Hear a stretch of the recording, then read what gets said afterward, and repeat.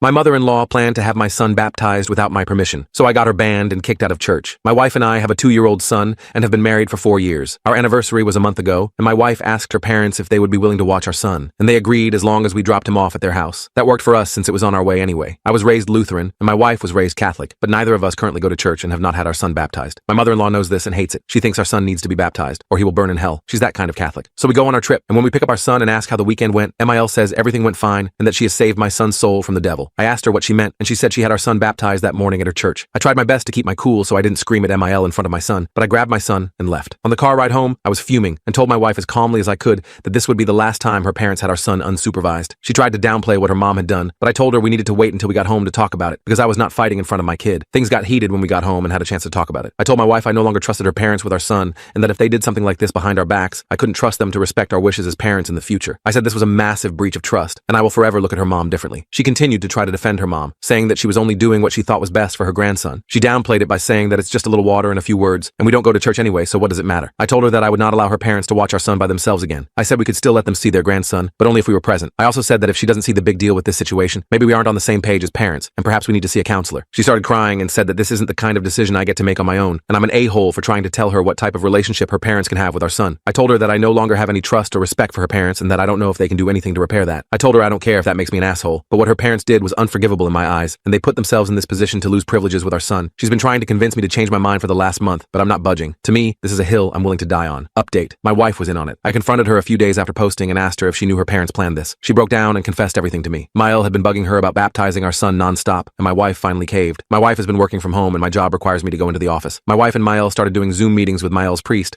to begin the baptism process. They lied to the priest and told him that I was okay with baptizing our son, but didn't want to be involved. The priest allowed it, and they started doing online baptism classes while I was at work. My wife admitted that she planned it around our anniversary getaway, and that MIL had convinced the priest that she and Phil would be the only ones in attendance. My wife told me I wasn't supposed to find out, but Meal couldn't keep her mouth shut for even one day. They intended to keep this from me permanently. I did contact the church to let them know the truth. I talked with the priest, and he was surprisingly helpful. He said he would take the proper steps to ensure MIL is no longer welcome in their church, and to reach out to the local parish to see what further steps need to be taken. I'm still waiting to hear back from them on that. My wife and Mael are mad that I got her kicked out of her church, but I don't care what they think or feel anymore. These people I love and trust had betrayed me, and I felt many emotions I didn't know existed. My wife begged for forgiveness, but the fact that she didn't come clean on her own makes me feel she would have kept this from me unless I confronted her. She's willing to do therapy, counseling, whatever it takes. I don't know if I want to put in that work. I feel like there's no return from this. I contacted a divorce lawyer and started discussing what a divorce would look like, and if there was any way I could add provisions to a divorce agreement that would keep my in-laws from seeing my son unsupervised. He's been accommodating, but I have not yet given him the go-ahead to file for divorce. I feel I am still too angry about the entire thing to reason